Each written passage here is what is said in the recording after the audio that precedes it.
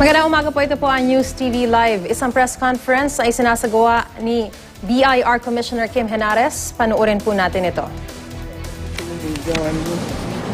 Ngayon, yung pangatlong kaso is laban sa isang contractor ng isang project na pinondohan ng Malampaya Fund. No? So, we're filing a case against Belia C. Tiotanco for willful attempt to evade or defeat tax and willful failure to supply correct, accurate information for her income tax return for 2008 and VAT return second, third, fourth quarter for 2008. It's violation of Section 254, 255. Marami ho siyang proyekto na pinondohan ho ng Malampaya Fund. 64 project ho ito. No? So,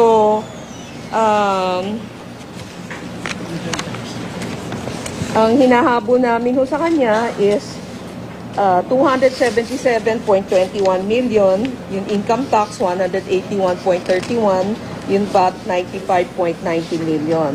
Ito ho yung tatlong kasong pinafile namin today. No?